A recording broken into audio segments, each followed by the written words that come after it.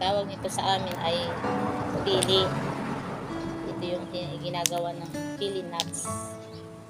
Yung pili dito sa amin, ito yung signature ng Bicol. Kapag sinabing Bicol, kadalasan na pinapasalubong kapag pupunta ng Maynila, pupunta ng abroad, or magbisita sa mga kaibigan. Ito yung kalimitan na nire-request ng mga kaibigan, pamilya. Maraming nagagawa ng pili. Pwede mo siyang gawing jam, pili jam. Pwede mo siyang gawin ng pili nuts, yung coated with sugar. Pwede mo yung ganoon. Pwede mo gawin to. Napakasustansya daw ng pili. Sagana sa vitamin E. Yan yung mukha nyo. Pag biniyak mo siya, maliit lang yung laman. Parang mani. Kaso lang pahaba. Ganito yung mukha niya, yung mga hindi pa nakakaalam. Ganito yung mukha niya kapag may balat pa. Pag tinanit mo siya, kulay niya, kulay itim.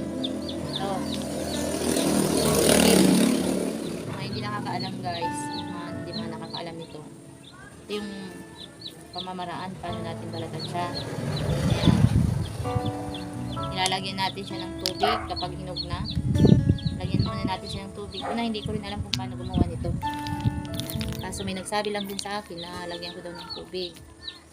Ito yung pamamaraan na sinabi sa akin. Maligam-gam o mainit, ganyan. Or kaya naman, hindi mainit na tubig. Lagyan mo lang siya. Ibabad mo siya hanggang sa maumagahan. Ayan.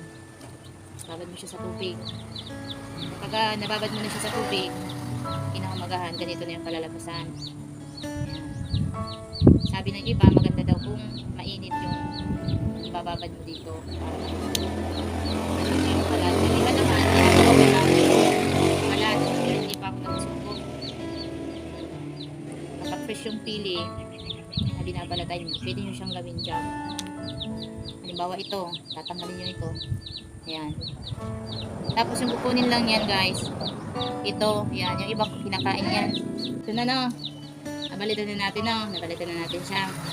Yung iba, kinakain din yung balat ng ganito. Pero hindi ko pa natryan. Ayan o. Then, ito. Ayan. Ang bilihan nito dito sa amin, kapag malalaki, 1 peso. 1 peso. Ayan. Pero mostly per kilo yung bili dito eh. Per kilo. May maliit din. Pero malaki. May mas malaki pa nito. Kaso lang yung mga nakuha natin, may maliliit lang. Pero may mga malalaki pa nito. Yun yung mahal. Ito, mura lang to. Ayan. Pwede rin kayo sa akin mag-order kung gusto nyo. Kapag may review. Ito talaga yung number 1 na pasalubong galing Bicol.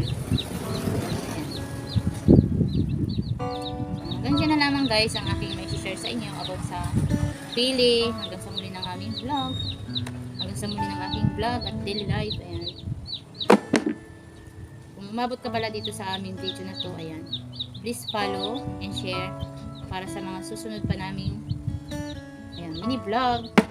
Thank you for watching.